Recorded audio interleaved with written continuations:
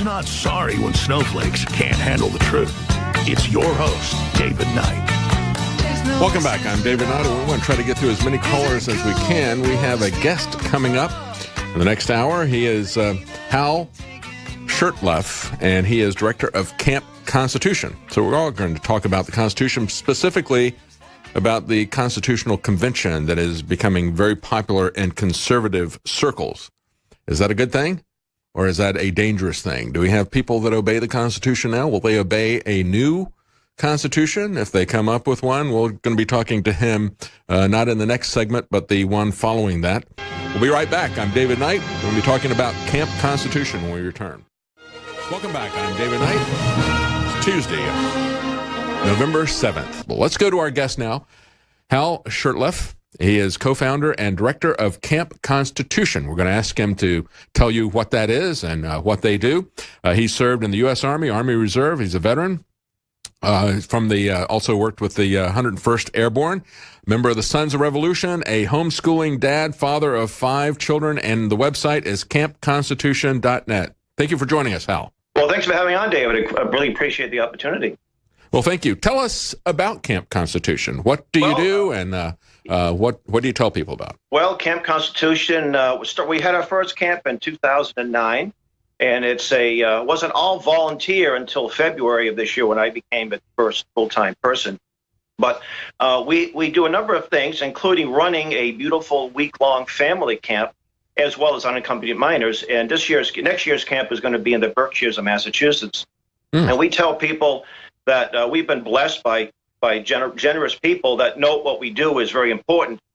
So we've never turned away anybody for lack of funds, but our prices are very modest. And we're also trying to expand our program, this camp program. I'm going to be traveling out to Michigan and Ohio later this month, as well as Virginia later this week, and trying to storm interest. So hopefully if there's any of your listeners or viewers are interested, this is such an important program. Our camp, I think it is. I think it's important for us to understand how vital it is for our children's future that they understand what their heritage is, what they understand, that they get a value for liberty and for the rule of law, the tradition that we have in this country. What do you do at Camp Constitution? Well, we have a number of, first, we do a lot of the old-fashioned things you do at campfires, recreation, but we have some very interesting classes, and we really attract really nationwide experts. We get people like Professor Willie Soon. So we teach about the Constitution, but also the threats to the Constitution, and then what to do about it. Because you can be the most informed person in the concentration camp. So our job is to create the next generation of activists, freedom activists. Meanwhile, the ones that we have today become more effective because they become more informed. So we have people like Chris Ann Hall, who's a constitutional scholar, travels around the country. She's been to our camp a number of times. She's returning next year. We're going to have Lord Monckton, who's a guest on this show on a regular basis. He has plans to be at camp. They'll be talking about the Brexit and also some of the climate change issues. Willie Soon will be back with his whole family. And Dr. Duke Pesta, who is... Now, we had Dr. Willie Soon on. He was talking about... he's a scientist. He studies solar activity and that sort of thing. So is he also talking to the kids about about science and the juncture of how they're using that to essentially take away our freedoms? He gave a class at this year's camp, and I think it's trending tops on YouTube, Willie Soon, and he's a wonderful presenter. He's a brilliant guy, but he's very modest and humble, and he's humorous, and he's a true patriot, too. And his family, he's got a beautiful family, so they look forward to coming. And I mentioned Dr. Duke Pesta. Dr. Duke is with Freedom Project Education. He's, I would say, the top expert on exposing Common Core. So we got some folks like Reverend Stevie Kraft, who's a regular. He's a minister from New Jersey, and he's a Harvard grad, but he still believes in God. We tease him a little bit about that. And we also are cultivating future speakers and instructors. So we get some of our young people, and we give them chances to give classes at our camp. So in addition, you talk about teasing him because he's a Harvard grad, but he still believes in God, and that is a good illustration of what happens if we do not understand where we're coming from. Harvard, remember, began as a seminary, and now it is a seminary of Satan, I guess you could put it there. When we come back, we're going to talk to Hal Shurtleff, and we're going to talk to him about the Constitutional Convention. I see that as a major threat on the horizon. We're going to talk about what's up with that, as well as, I'd say, Christian persecution as evidenced by this shooting that we just saw here in Texas. We'll be right back. Welcome back. I'm David Knight. You know, if we don't understand what our freedoms are, if we don't understand what our heritage is, it's very easy for people to take it from us. It's very easy to be deceived. And that's why I wanted to have on Hal Shurtleff. He runs Camp Constitution. You can find it at campconstitution.net. As he was just talking about some of the many fine speakers there, like Lord Monckton, who was on with us just yesterday, Dr. Willie Soon, and others. It is a family event. They also have an educational camp for kids as well. So I guess, Hal, it's some fun and some education about what their freedom is about. Is that correct? Correct. And, we tell people that we offer a life-changing and definitely a life-affirming experience. And it's really hard. You can promote it all you want, but you actually have to be there to get a good handle on it. And we invite InfoWars to come out next year. We'd love to have you. I'd love to take a vacation. That'd be great. One of the things we do the last full day of camp, we get some of the campers to go out around the community and distribute subversive things like the U.S. Constitution and other related items. One year we did things on Obamacare, why it didn't need to be repealed. We did another distribution of things on Agenda 21, the dangers of Agenda 21. And these young people, they realize the influence and impact they have when you say to them, when was the last time a young person, a teenager, came to your house with a clipboard in their hand or with something in their hand promoting liberty and freedom? Usually they're working for Greenpeace or promoting some kind of socialist program. And right. The adults really resonate with. They say, gee, the influence that these young people have, if they actually tapped into it, it'd be amazing. You better have them do a class about how Agenda 21 is going to be implemented with controlling their movement. I mean, that's one of the ways they're going to keep people in the cities is to shut down private ownership and human drivers. Well, and they're already making moves towards that. That's right. In fact, I've given, I guess, over 200 presentations on the topic the last 4 or 5 years around New England and the Midwest, and I show them why do you see all these bike paths all over the place all of a sudden? That's your complete street. You say that's sustainable America. So you make the connection there. That's right. That's right. And now in the wake of the New York City terror attack, as I pointed out, they're talking about using geofences and electronic controls on cars and trucks to make sure that the cities don't have any cars in them, except, of course, the ones that they control. You know, there's an article that just came out on NewsWar by Dan Lyman talking about a congressman from California. His name is Ted Lieu. He walked out in protest of a moment of silence for victims. And it's absolutely amazing. He walked out of the congressional moment of silence. He couldn't wait for 1 minute, and he goes out and starts grandstanding, as one of the people said. 1 minute is all you needed. One of the individuals on Twitter said, it's an embarrassment that you couldn't show 60 seconds of respect before you start grandstanding. Another one pointed out what a hypocrite he was, that he had security guards standing behind him as he's recording this video, and the rest of us don't have that luxury. We have each other's backs, as we saw with Stephen Williford, who got his gun and defended his neighbors. And as he said, he was afraid. It was just not some kind of an adventure for him, something that he thought was exciting. He was very much afraid for his life, for his family, for his neighbors' lives. But he did it anyway. That's why we have the Second Amendment, and they are coming for it.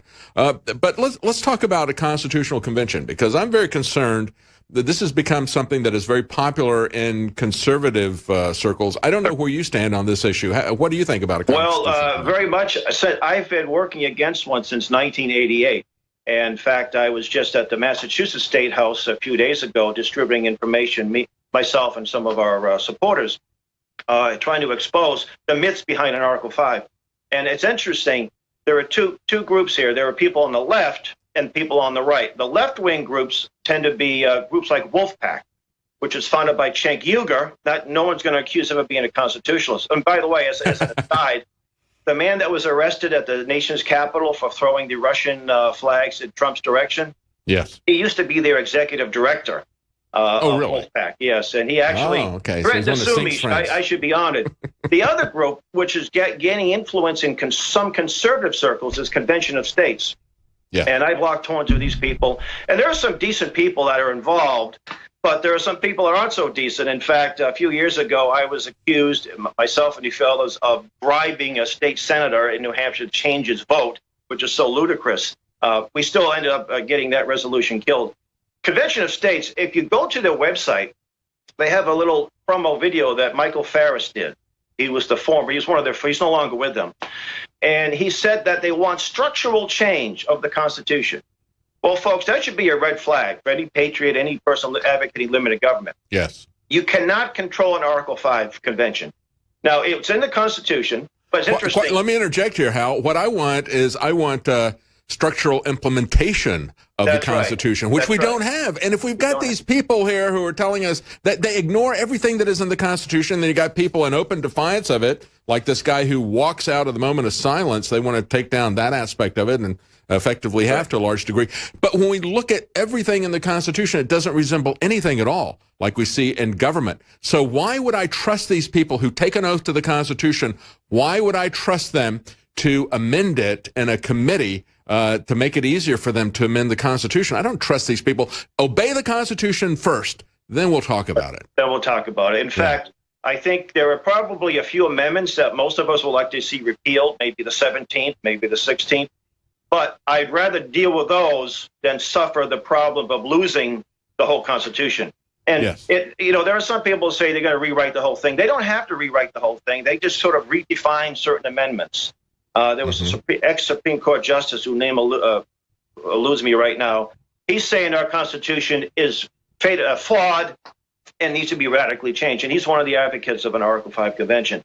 So it's just basically... Or just go into the Second Amendment and just say, strike out that part there where it says of the people, the right of the people. Just take that out. And then it'll just be, hey, we can have a National Guard, which is what they try to tell people the Second Amendment is about. They swear allegiance to this thing. And again, the analogy that I always use with kids when I'm talking to them, maybe you use this at Camp Constitution, is Lord of the Rings. Remember, there was the rightful king, and then there were the unfaithful stewards who had sworn allegiance to the king, but they took control of the actual government. And that's what we have here. The real king is the Constitution. They swear allegiance to that king, and they're simply temporary stewards. But instead, they have set themselves up as dictators, and that's exactly what we're seeing out of Washington. There's absolutely no effort to obey the Constitution. What's interesting, I live in Boston, and our mayor is a big sanctuary city advocate. And when we patriots talk about nullification, the 10th Amendment, they call us neo-Confederates, they call us other names. But aren't they the neo-Confederates? Because they're nullifying a federal law that was passed in accordance of the Constitution, Article 1, Section 8. Yet, interesting, you see the Christian flag in the background. I try to get a permit to fly the Christian flag in Boston, in Boston City Hall Plaza, where they fly the rainbow flag, they fly the transgender flag, they fly the flag of Cuba, the flag of Communist China, which is illegal in Massachusetts, but that's another issue. But all of a sudden, our mayor is a staunch constitutionalist, and he said the First Amendment says you can't do it. Well, the First Amendment doesn't say that. The religious clause says that Congress will not create a religion. They will not establish a religion, exactly. Will pass a law respecting the establishment of religion, nor denying the free exercise thereof. And thankfully, we have a Liberty Counsel is taking the case, and we're going to be filing a lawsuit. And I think we're going to have a lot of people. When we do finally do this in City Hall Plaza, we're going to have a lot of people from... No, the irony of that, Hal, is that Massachusetts is the very best example of what establishment truly is, and how even after they passed the First Amendment, said Congress shall not establish any law prohibiting the free exercise of religion, they continued to have a state-funded religion in Massachusetts until the 1840s. That was an established religion. That wasn't a religion that was established by the state, and the First Amendment didn't even prohibit that. People who wrote it understood what it was about. That's what it's about. I don't think that's a good idea. But we're not even talking about that. They're now shutting down the free exercise of religion. They always take the Constitution and invert it, don't they? Just like the commercials we saw from the Democrat candidate for governor in Virginia. Stay with us. We'll be right back. We're talking to Hal Shurtleff. Welcome back. I'm David Knight on this Tuesday, November 7th, 2017.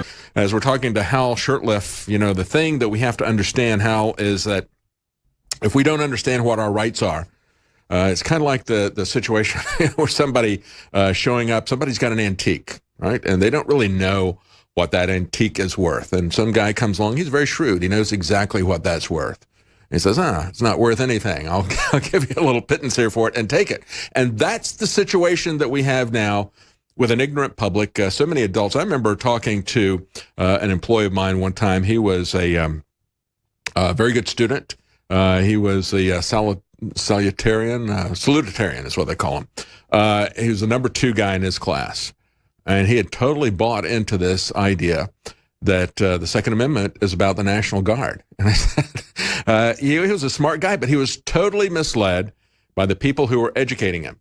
And in many cases, those are the people who are the ones who are most easily misled, because they do not, they'll take as anything that they're told, they'll take that as the gospel truth. They need to understand what is in the document. That's why education is so important. What you do at Camp Constitution, people can find that at campconstitution.net. Well, Dave, we do information tables at various venues around during the year, gun shows, Tea Party rallies. We even have a table on Boston Common. And it's a little simple quiz. We think it's simple, but the vast majority of people barely get 1 or 2 questions right. For example, who declares war? What branch of government declares war? Most people think the president declares war. And you ask a follow-up question. That's what the congressmen think. That's right. What do they think, right? Article 1, Section 8. It's interesting, too. You ask people, where do you find the job description for the president of the United States? Think, gee, I don't know. The New York Times, maybe? You say, no, it's Article 2 of the Constitution. So when we reach out to people, our job isn't to make them feel stupid. It's to help them understand. And I think people appreciate our efforts when they, gee, we didn't know this. Most people don't know they're a congressman or a congresswoman. And we go to these events, we go to homeschool shows, and homeschoolers tend to be a few notches above most of the general public. We reach out. Even a gun show, they get the Second Amendment right. From there, it goes downhill. So we have a lot of work cut out for us, but I'm encouraged by what I see. More and more people are referring to our country as a republic. One year we're in a parade in a town outside of Boston, Dedham, and we passed out about, 500 or so of these nice little pocket constitutions. We asked one question to the people receiving them. What are the first 10 amendments referred to? And about 90% of the people didn't know. Some people look at you like it was some kind of tough question. The following year, about half of them knew. So I think maybe we're making an impact here. So that's the important thing about our Constitution. Also, I want to make reference to the Sam Blumenfeld archives. I don't know if you knew who Sam Blumenfeld was, but Sam was a dear friend of mine. He was a pioneer in the homeschool movement. He passed away 2 years ago, and I inherited his library. And thanks to Mark Affleck, who's our camp editor, newspaper editor, and our webmaster, Eric Conover, they put together this great website, not a website, but a great collection. And you can go to that, to Sam Blumenfeld archives from our website, and you can download his Alpha Phonics, which I have here, where you can teach. My wife and I taught our children how to read phonetically with a simple little book. You can download it free of charge, all 126 lessons in audio and video. Sam was exposing the ADD fraud many, many years ago, and most people didn't want to hear that. All that stuff is up to the website, probably about 5 days worth of audio and video. So we highly recommend that. Also, we have a great YouTube channel. We publish our own books. One of the things we published from Farm Boy to Financier, I know you've had Ed Griffin on the show before. He talks about Creature from Jekyll Island. And he makes reference to this book that was written by one of the attendees, and we published the whole book, just one chapter, the chapter about his presence at Jekyll Island. And let's talk a little bit about where we're really going south and the lack of respect for the Constitution. And I'm sure you've noticed this as well, Hal. Rand Paul, who was just attacked, has had in the past the RAIN Act, talking about the fact that not only has Congress abdicated its authority to declare war, so now we're at a permanent state of war, and not only a permanent state of war, but we are increasing the number of nations that we're at war with. But we also have a situation where the Congress has abdicated its authority to an unelected unaccountable bureaucracy. We saw this first with the IRS, and now it's become all the different agencies. They write the laws. That's how we get 80,000 rules a year, and they are the ones who will take you to court. They say that this isn't a criminal case, so you have no rights under the Constitution. You don't have a presumption of innocence. You don't have protection against excessive fines. That's how we had the EPA putting tens of thousands of dollars on a guy who had 8 acres in the middle of Montana and put a small pond in the middle of it with the permission of state and local authorities. That, fortunately, has been shut down by the EPA. But the problem is that as soon as a good EPA director like Scott Pruitt leaves, you'll have that come back in because they don't have any control over Congress. I'm sure that's something that you talk about. Well, we do. For example, I was asked, what do I think about the new Secretary of Education? And Betsy DeVos, and I said, she's probably a whole lot better than anyone Hillary would have appointed, but it's an unconstitutional entity. Regardless of who's there, her job would be to get an auction mallet, auction off the property, and resign, and then fire everybody that works under her.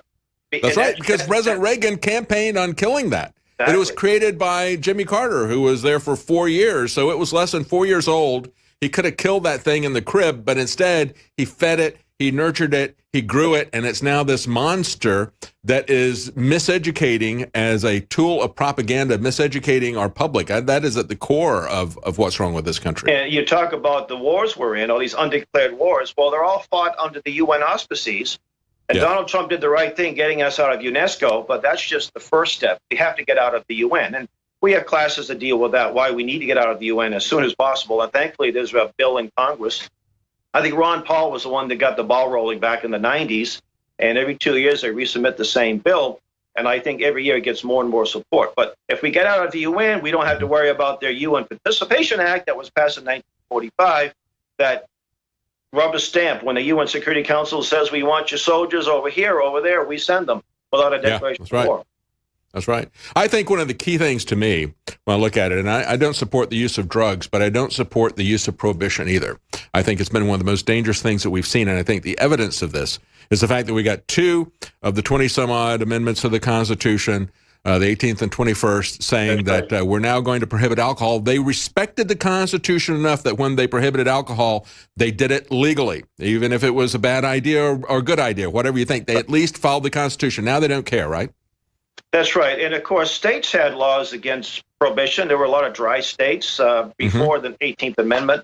And it really was not a part of it. There were a lot of well-intentioned people that got it passed, but we know the story about well-intentions, right? The road to hell is paved with them. I do want to mention, and they still have states who prohibit the sale of alcohol on Sundays or whatever they do. So it is something that could be done at the state level, whether you think it's a good idea or not. But to do it at the federal level is absolutely unconstitutional. It's one of the things that concerns me so much about our Attorney General, that he doesn't understand that, and that is a focus of his instead of shutting down this criminal investigation for which they also have no legal authority because that special prosecutor law expired in 1999. That's it for today's program. Thank you for joining us, Hal. You can find him at campconstitution.net. I'm David Knight.